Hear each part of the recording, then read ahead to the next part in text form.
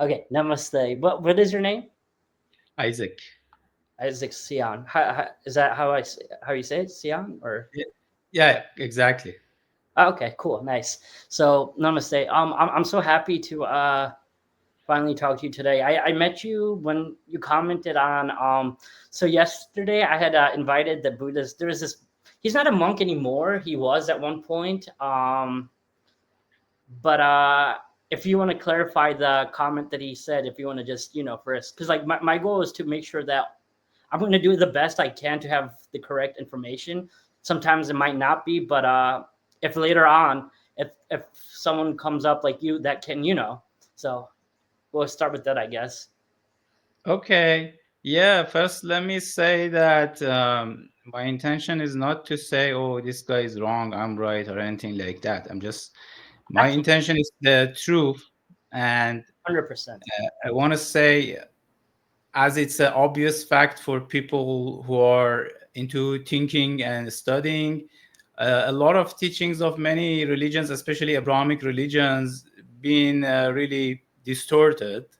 And I was born in a Jewish family in an Islamic country, and I've been deeply studied both, and I've been Christian in the sense for many years myself before I got into more of the Eastern traditions and deeply studied them also. I don't follow any specific religion in that sense, but anyways, so when when this person was saying that if you want to study Christianity, Christianity has roots in Catholicism, it's a very obvious fact. That's a very wrong way to put it, because when we say Christianity, we're talking about the original teachings of Jesus Christ, whether the teaching that we have today in the Bible is the same or not, which is not exactly the same for many reasons, but that's not my discussion.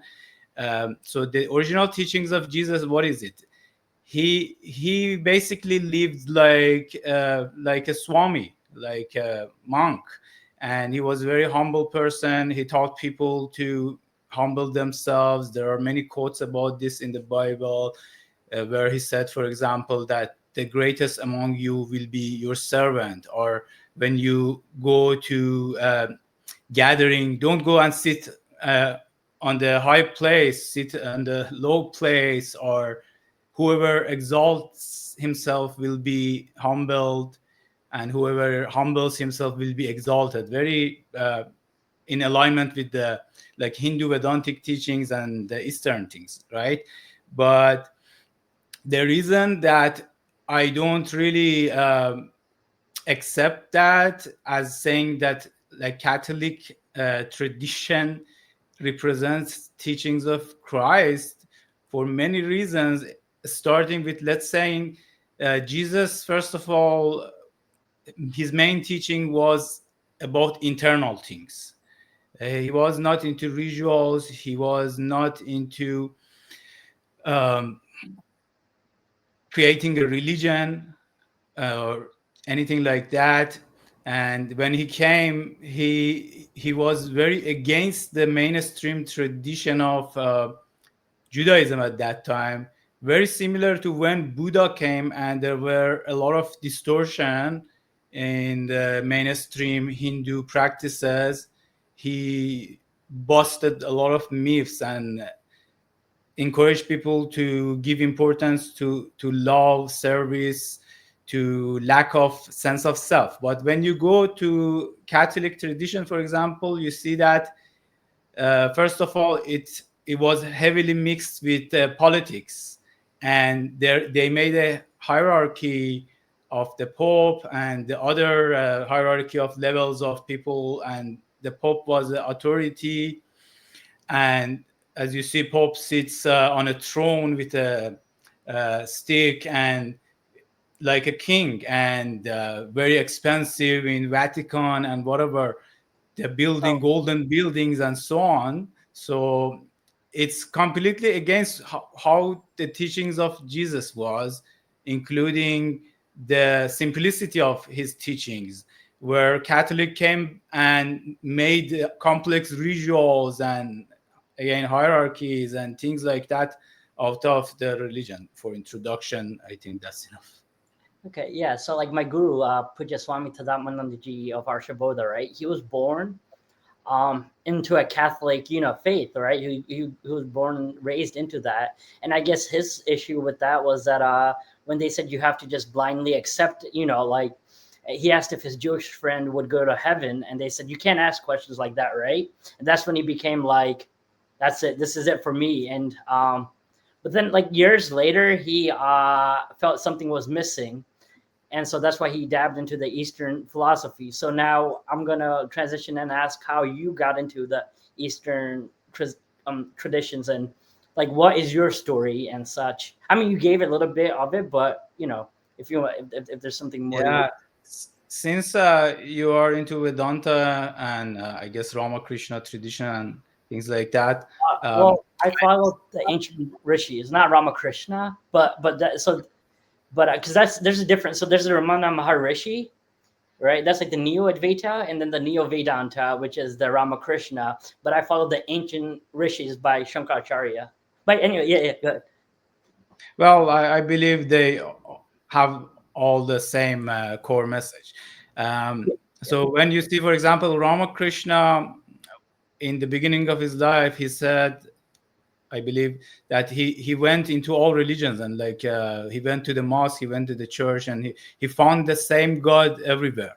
So I got to study like my religion that I was born into, Judaism, and connect with what I had to God, and then I studied Islam. And uh, first time I read Bible, actually, it really touched me in a very different way.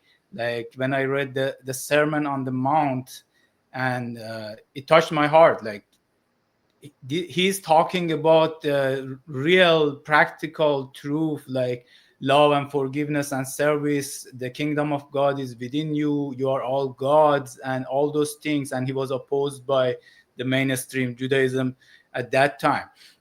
And at the same time, almost, I also started studying a lot about yoga and Vedanta and similar Hindu tradition, Shatdarshanas and other stuff. So the fact that the Hindu, Buddhist, Vedantic systems show you a path that we can say almost scientific route for exploring your divine nature and connecting to it, and how to get there step by step, that really made a powerful impact on me, especially the science of yoga, where everything is explained in terms of how to get to the self. And that's how I got into it. And then I got more into it and deeply studied and met different gurus and went to different temples and traditions, and that's how it started. But the thing that came to my mind, I wrote this on my website also, I think, on my biography. One day I think I was like 14 years old, first time I got into the yogic teachings. And there was a bookstore that was on my route, and I would go there and buy books. And then I saw this book by Ram Dass, who is very famous in the West. I think it's Meditation, The Journey of Awakening. And I've been very intuitive since childhood. So I was reading one section, he was talking about meditation and the purpose and everything. And this vision came to me. I don't need to go to any church or anything. I could sit here and close my eyes and meet God. That's what really touched me. I said, I can sit here and I Wow. can explore the whole universe. Yeah. That's everything that you see is God. Like the intelligence that everything that and if someone says, "What's the proof of God?" The tree. When you look at the tree, that is God in that sense. Yeah.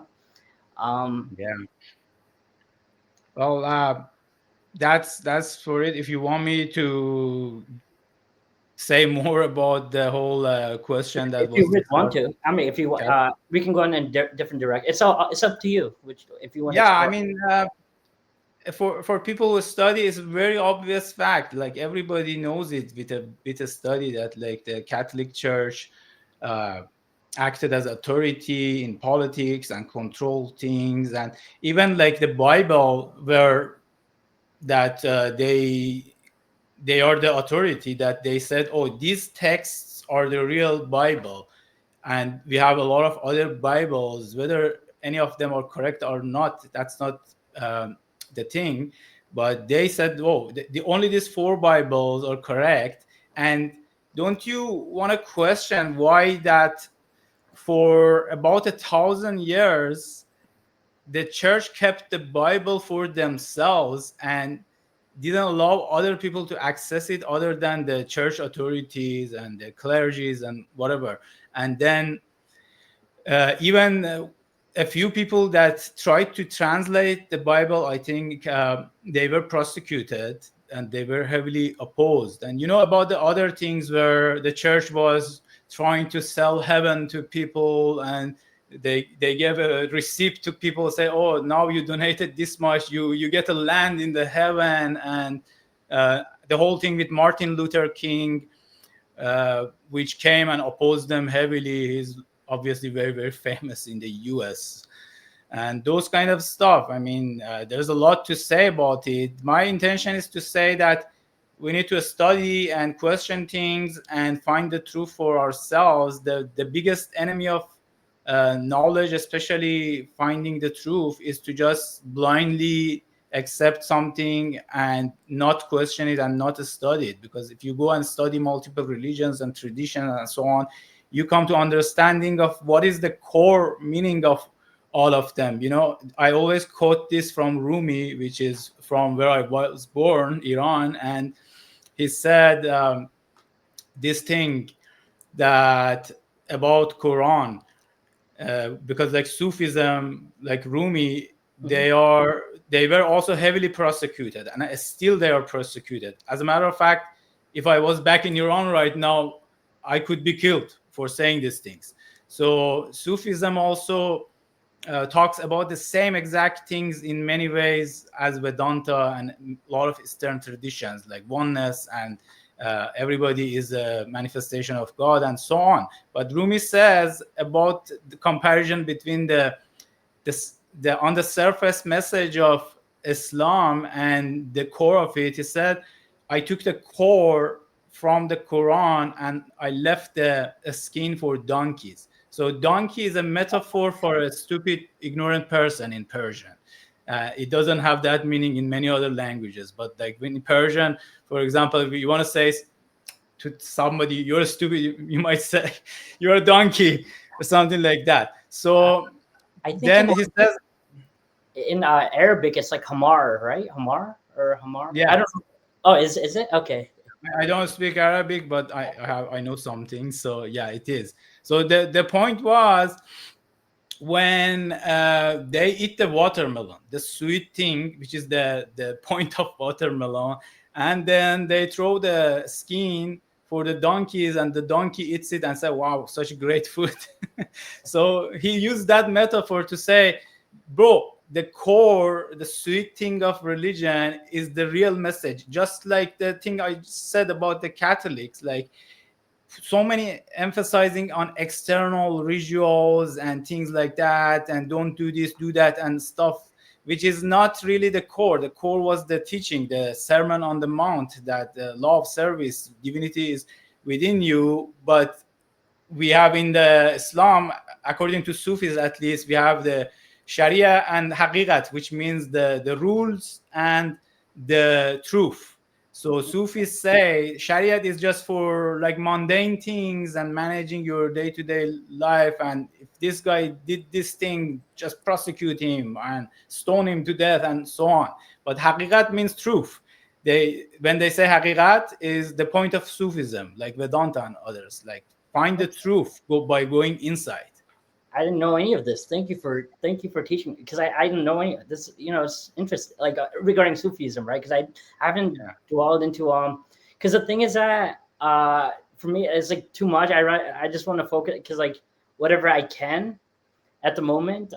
So let me ask, do you have a guru, or did you ever have a guru, or? Yeah, I've had and have many gurus, so to speak. Yeah, but so many gurus have inspired me. I have been to many different traditions, including non-Indian traditions. I learned so many things. I've been initiated to different practices, and I still practice them. Okay. So now, practices, like, do you have a daily routine or anything? Do you practice anything daily or such? I do, yes. I do a combination of yogic, Vedantic, and tantric practices, let's say. Do you want to expand on each of them, or because like I want to like provide like a rubric for if anyone that watches this, right? Yeah, yes. So I practice some sort of Kriya Yoga, and I practice like things like, pranayama and so on, and then silent meditation and introspection and Vedantic, like self-inquiry type of stuff. You mentioned Ramana Maharishi and things like that. Other than that, I practice other things as a spiritual means also. Like I practice Tai Chi, which is the kind of a Chinese type of yoga. A lot of people know about it. And I play this sacred instrument, which comes from Sufi tradition also. It's called tanbur. It Yes. sounds like, yeah, it sounds like the Indian tambour that they play, but it's not the same Oh my god! instrument. Because I recently read a book, right? Wait, so that was in this book actually. Like, so there's this book that I recently read, right? And there's a passage, and he bought a tambour. So I just found that really cool because I Oh, was like, I wow. didn't know what that was, and I didn't actually look into it. And so like he was showing that to his guru and that. So it's cool that you brought that up. I can't find the exact but yeah. So that I found that Yeah, cool. yeah, tambour. Been in actually, we have so many spiritual traditions. Like a lot of people have not even heard about it. For example, from ancient Persia, Zoroastrianism, which is very very similar and has its roots in like Vedas and Hindu traditions. Or we have this tradition is very little known. It's a Sufi tradition which is uh, much much older than Islam, and I believe it has a lot of roots also in the Hinduism. Mhm. It's called Yarsan. They also call it Ahl Haq, which means people of truth, where music is very sacred for them, and they have this sacred, let's say, kind of bhajans pieces Okay. that they play to get into a meditative state. Yeah, so okay, that's pretty cool. So my guru has a like so every Saturday when we have this meditation, right? So he has this raga and then he chants it in the thing, and then he slowly kind of puts us into like a like a meditative stance, and then then we have that moment of silence for a little bit, and then he starts up the music again after the Yeah, so that yeah, so that's really cool that there's a lot of similarities even in Sufism and other traditions. definitely. Yeah, So definitely. I mean, you know very well that unfortunately, the nature of human beings are like that. They cannot keep something in its original shape. Everybody wants to add something of their own. So, uh, in many ways, if you would study deeply, you will find the root of, we can say, even almost all spiritual traditions and religions goes back to ancient India and the different systems of philosophy in mm, India.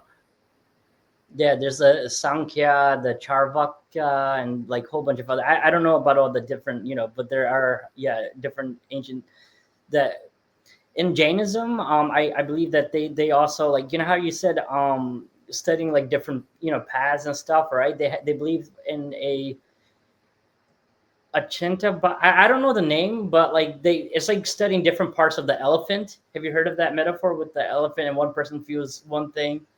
Yeah, that actually, that metaphor, I believe it comes actually from Rumi, where he Oh, gives his that example, saying that like when you go in a dark room and everybody touches a different part of the elephant, and they define it in a specific way. And I even have a writing which I started. It's called Gulshan Raz, which means in Farsi or Persian, uh, the the the rose garden of secrets. And the person who wrote it was a great Sufi. He actually talks about this fact that different people got into different height of spiritual realization, and everybody explained it in a different way. So somebody might not even got into anything. Like they just have secondhand religious knowledge.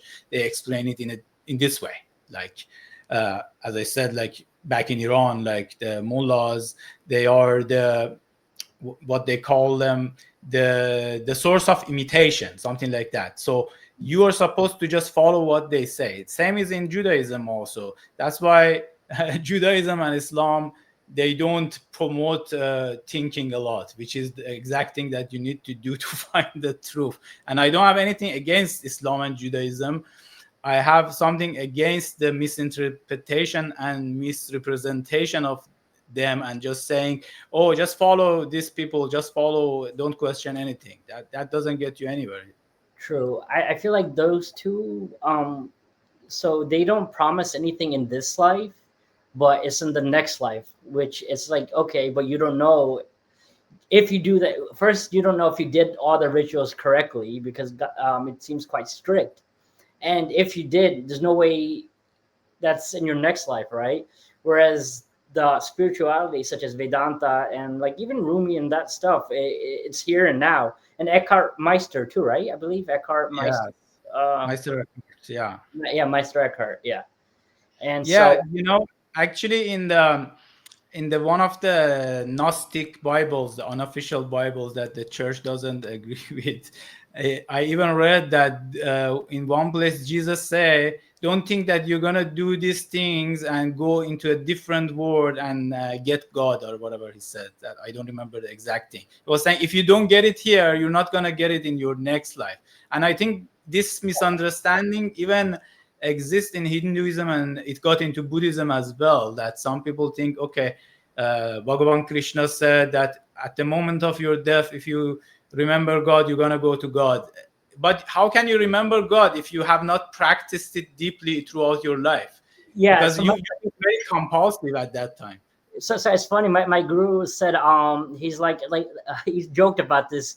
He's like, if a truck is gonna approach me, right, my last words would be like, oh shit. So does that mean he's gonna approach? He spent his Yeah. entire life. And so that's just, it's just, there's no way we really know what our last word. It just so it's about practicing it beforehand, like during the duration of your lifetime, and then once you make the discovery, it's about removing the false habituation between the body and mind type of thing.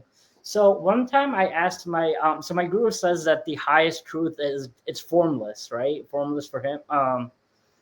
But there are certain traditions like so I grew up in the Bab Swaminarayan one, right? So I now follow Advaita, but I grew up in that one, and they say that God, it has a form. It has a form in that, right?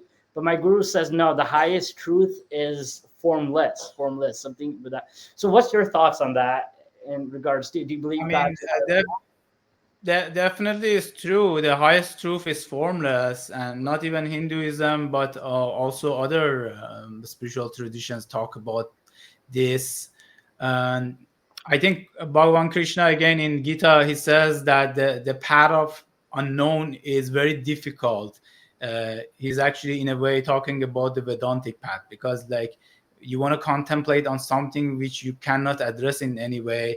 And that's why in Vedanta they say the path is neti neti, like you just negate everything to find yourself. So there are different paths. There are paths to worship God in form, obviously, uh, bhakti, and like dissolving your ego, yourself in that form of God, and you will get to the same place. And it was Ramakrishna, for sure about him, that he was a very intense Kali worshipper. He worshipped God in form, and then Totapuri, the Vedantic guru, comes to him, and uh, like very quickly he gets into the Advaitic state because he was very advanced. Right. Yeah, I feel like some people do have do you believe that some people have past life karmas, and that's why more people like for you, for instance, what's the chance of you're Iranian, Iraq, I mean Iranian, Iran. sorry. Yeah, yeah. And for you to go into, I guess, Eastern spirituality, if you want to call it that. I don't know. Do you feel like there's karmas, or do you feel like you had? I don't know. I mean, just we don't know. Yeah, But I mean, there should be a way to explain things, unlike, for example, like a atheist way of explaining things and saying, "Oh, everything is random, it just happens, whatever." There should be a way to explain and say that why this person was born poor or with a disability, and another person in pleasure and luxury, and so on. And that's how it makes sense. I don't have any other way to make most sense that's of, cool. out of it. If you tell me that, oh, God wanted him to be like this or whatever, it doesn't make sense to me. So spiritual evolution is also happens through many lifetimes for some people. I mean, if you get very fortunate to like meet a authentic guru and like have the desire and intensity to follow him and become free in this lifetime, I guess most people, they get reborn. So for me, my biggest obstacle is I don't have. So what's preventing me from becoming enlightened is I have like theoretical knowledge, but the reason is that emotional issues that I have, right? And also, I guess I don't have that preparedness to fully, because sometimes things happen in life, and then it's hard to sometimes let go or accept things, or. So, do you have any advice for managing emotional issues, or? I mean, we all have those issues. There's a lot of, let's say, karmic obstacles that we gotta overcome, and the physical, emotional, psychological, and so on. I think for me, the powerful system that addresses all the dimensions is yoga. You know, in yoga, we have different also paths for different type of people, like the four yogas. Yeah, So karma, bhakti. Yeah, so that's each one works on certain things. Like, when you practice hatha yoga, which is focused on the body and prana, where is all of your karma? It's where is all of your emotions? It's in your energy channels. It's in your body and mind complex. So when you practice yoga, for example, you release a lot of those, let's say, suffering, a lot of emotional baggage and things like that. But meditation and like self-inquiry for sure also does that. But the thing is, I found that it's very difficult if you are not in a balanced state. And I wrote a book on this. It's called Art of Balance. okay. If you Yeah. don't balance the base. What's your website name too? Can you say get what's so? And then I'll try to if put it in the description too.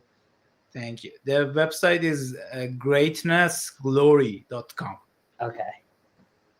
And that's why I wrote that book. It actually, in a way, it's my own life experience and things that I overcame and I'm trying to overcome, to understand that you need to create a balance in all dimensions of your life Yeah. before you can get higher into spirituality. I think a lot of gurus have explained this. Swami Vivekananda talked a lot about this thing. And but say if you have like a heavy backache and you want to sit and meditate and you want to say, okay, who am I? Who am I? It's like your backache is like taking all of your attention and energy. And the same other things, like we gotta like create that basic balance. That's why I love yoga, because it's scientific. It addresses one by one, like asana, pranayama, then you go to dharana, dhyana, and other stuff. Like layer by layer, you become ready to get there. Okay. For sure. Wow. How did you get into this tradition and spirituality?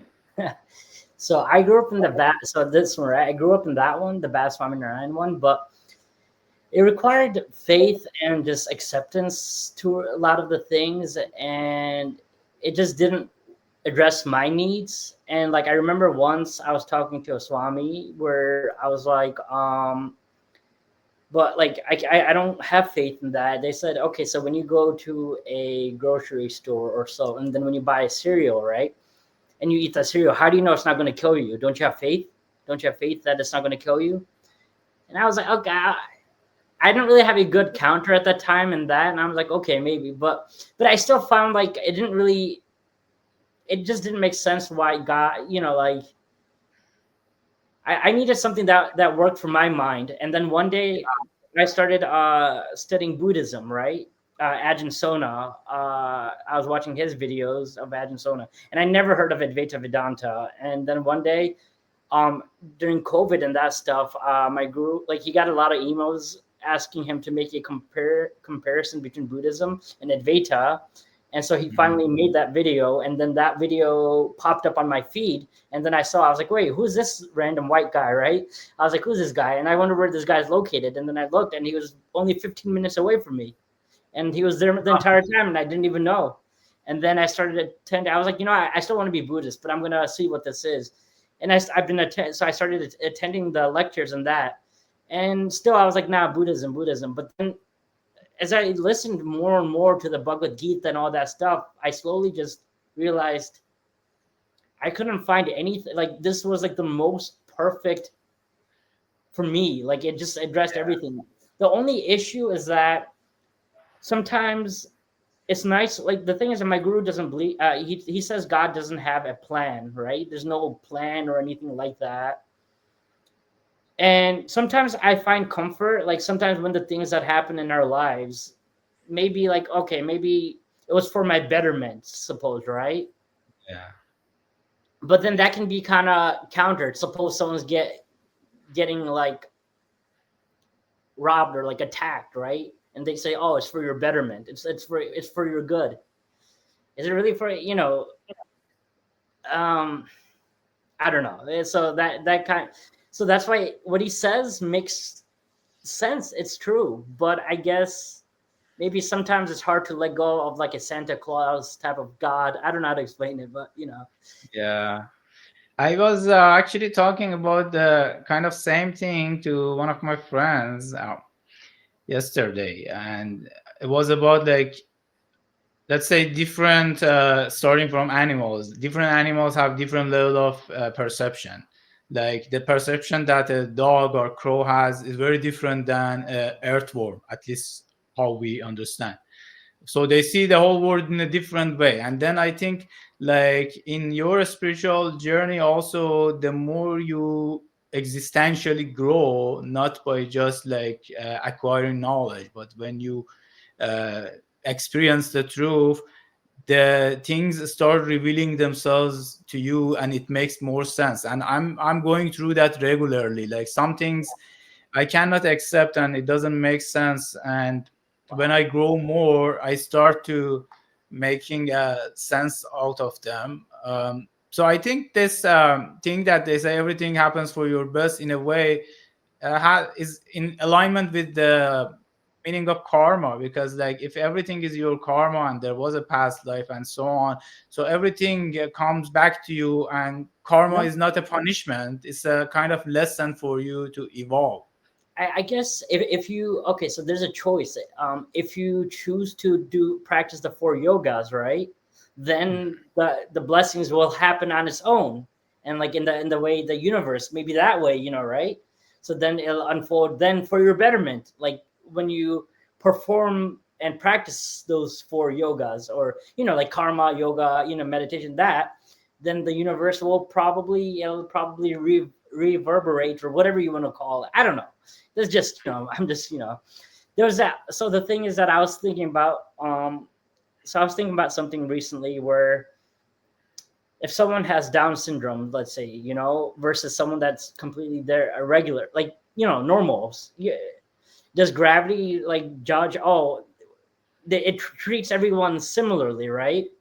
And so a lot of times when I ask my guru, like, I have this and that, he says, well, why not you? Like, why should the universe treat you differently? Whereas, but then I guess, what, I came to a different alternative, to the sense that maybe people that suffer more or struggle more, maybe their devotion, their act of prayer might have a greater influence in that sense. Maybe that in that way, I don't know. But, I found solace in taking that kind of route, in the sense that I was able to accept why not me, in that sense.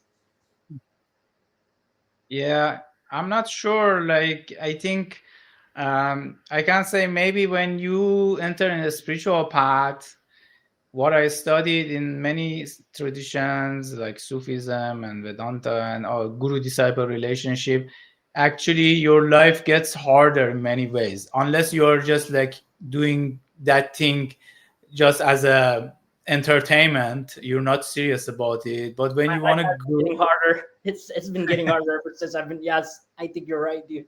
Maybe that's yeah, why. Maybe I need to stop going. Just maybe I should just start, enjoying, just. Uh, I know this is important to me. The spiritual life, it is important to me. I can't give it up. It is. I've chosen it. This is a life that I'm living. oh, So in the Indian traditions, they believe that when you get initiated, the guru or the tradition, parampara, they rearrange your karma so it serves your growth. That's the belief there. So oh, things happen for Swamiji, definitely. why are you doing this to me? Why am I? I know, dude. Like, I used to pray when I was much younger. I would pray seriously, regularly, say, "Oh God, even if you have to put me through hell and whatever it happens, happens. I just want to like become realized and free in this life."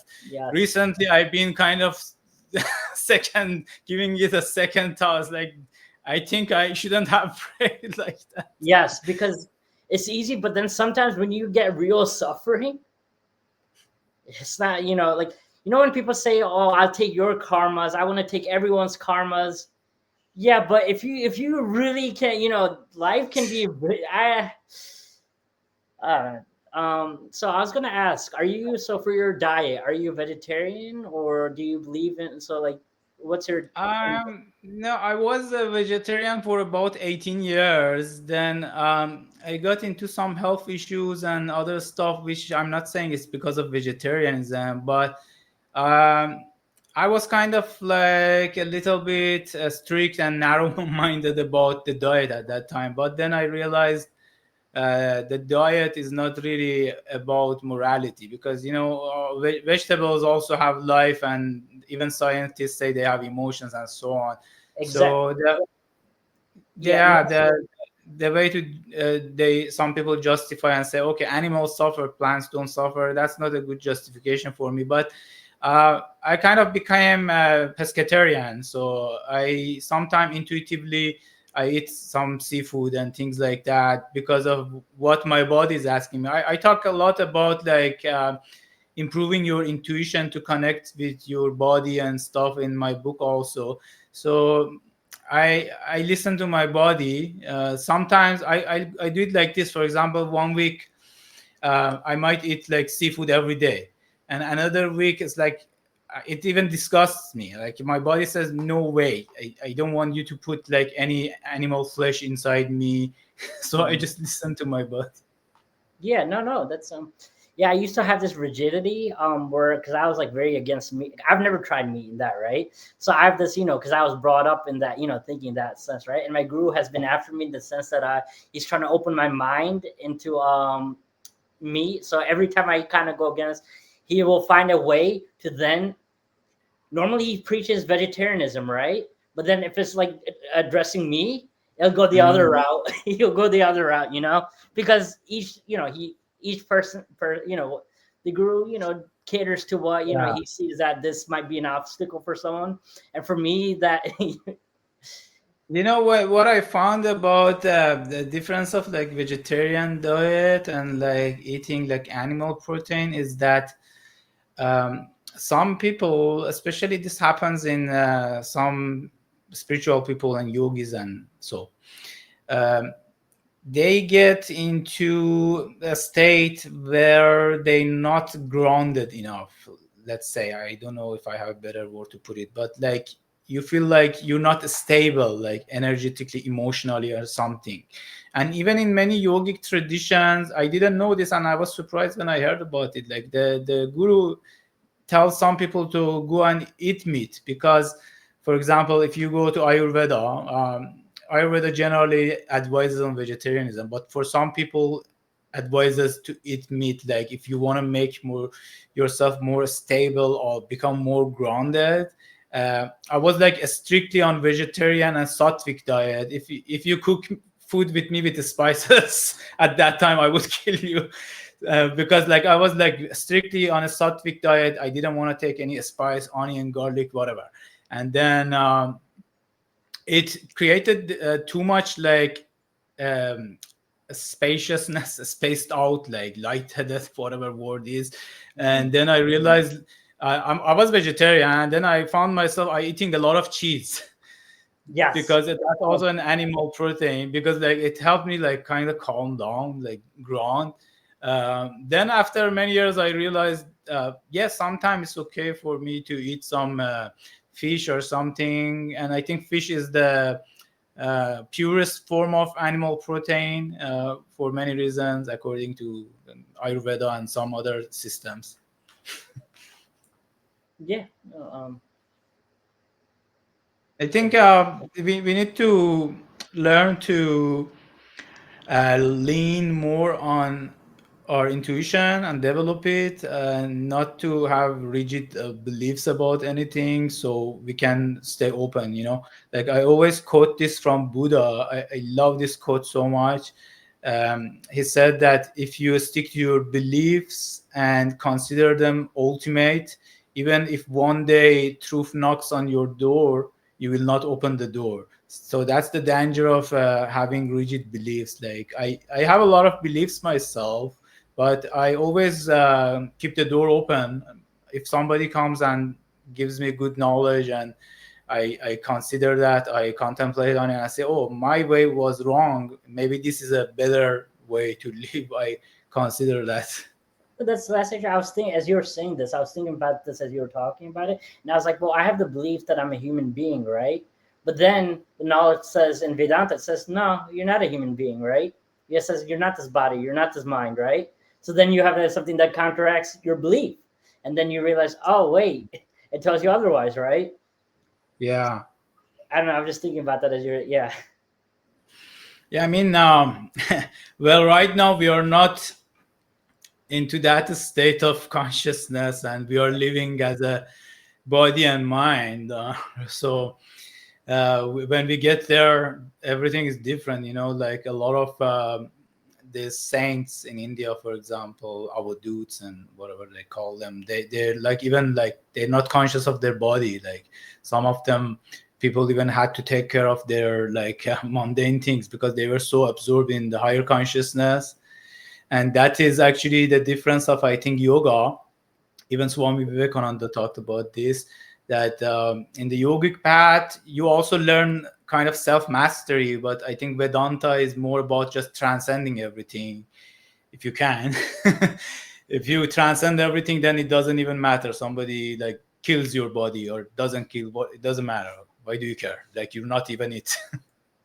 So I was thinking about the intuition. You were saying that we should all work on developing the intuition, right? So how do you develop? Do you have any like ways that you go about developing it, or? Yeah, I gave a section on my book about this where I talked specifically like about also food and stuff like that. But it's generally more about mindfulness and living in present moment and paying attention to what you do. I don't think anybody better than Buddha has explained this about mindfulness, satipatthana, uh, very beautifully explained. Like being aware of your body, what you're doing. You want to take this phone from here, do it with awareness. You want to eat the food, do it with awareness. And then being aware of your thoughts and emotions, having that witness attitude, shakshi bhavana, things like that, to just be a witness to whatever you're doing and do it consciously. And I think that's the most powerful way to improve your intuition, because when you do that, uh, you get much more data, let's say, from your body and emotions and mind, and then you become more perceptive. But there are many ways to improve intuition for sure, but I think it's about feeling more and like being stuck in your head less. Okay, so as you were saying this, what came to my mind was my guru once talked about a practice. Everything you do, ask yourself, why am I doing this? And so if you ask yourself, why am I doing this for anything, even going to work, why am I going to work? you know. Oh, so I can make money. Why do I want to make money? Oh, so I could, buy food. Why do I want to buy food? So that I can live.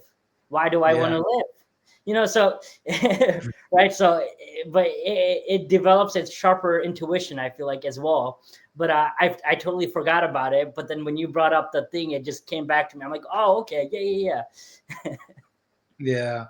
Can I ask you what changes have you experienced since you started this Vedantic path? Oh man, I think I'm able to be a bit more calm and composed on the things that happen to me.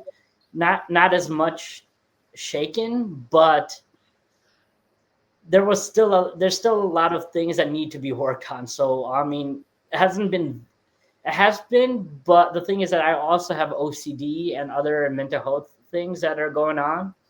And so that also needs to be addressed. And so I'm going to be starting a OCD program, a special program soon, because my guru wanted me to get help for that, because so that these teachings can really, without obstacles, it can really, sink in, right? But you also Mm. need to have a healthy mind, because it's supposed, like the Buddha, right? The Buddha didn't have a healthy body, right? And he fasted himself, right? And right. And so I think we also need to address certain obstacles that each, we all have our own, I guess. And yeah.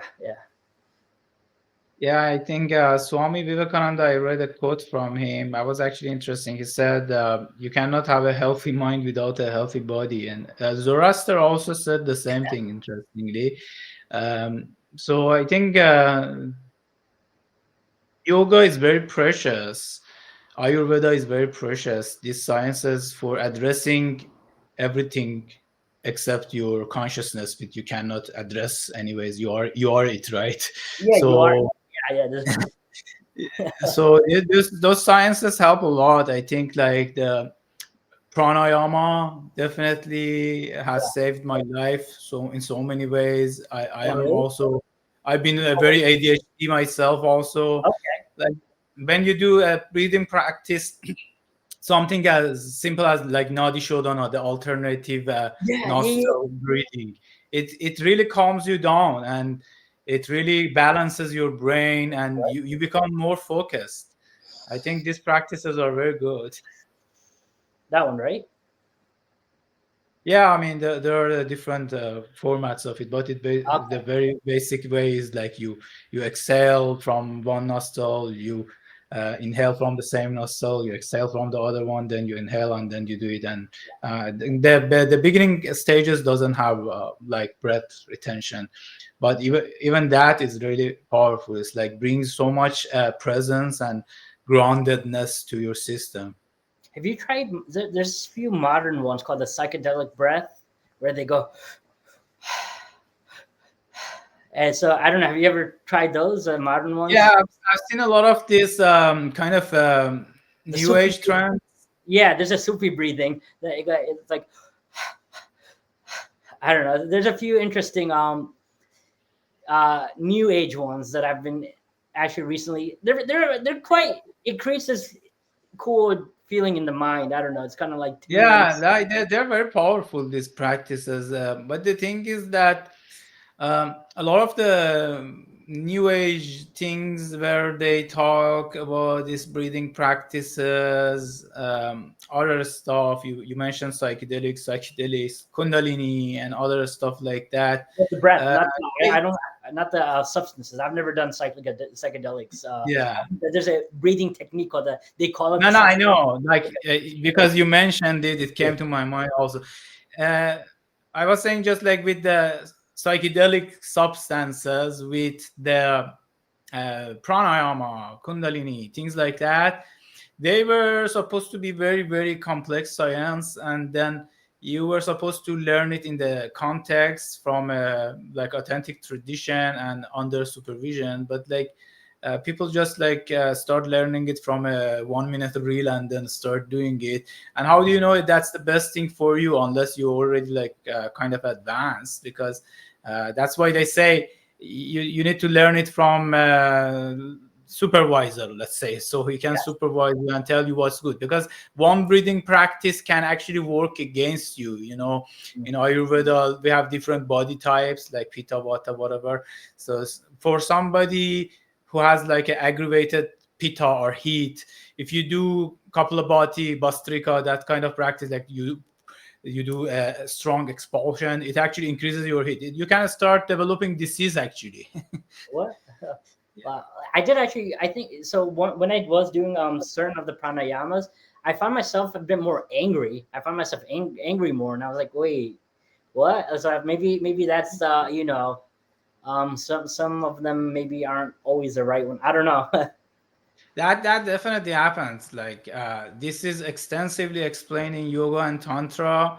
One thing is doing the right practice, which is suitable for you, and the other thing is even amount of the practice you do. Because I have experienced this a lot because of my too much spiritual greed. I have pushed myself a lot to Yes, meditate more and practice more, and then it backfired because your body needs to be ready, your mind needs to be ready, your nervous system needs to be ready, and otherwise, you try to do more to get to God faster, but then you end up getting more away from God because now you have to deal with your disease and imbalance. that's great. Wow, that's great. Okay.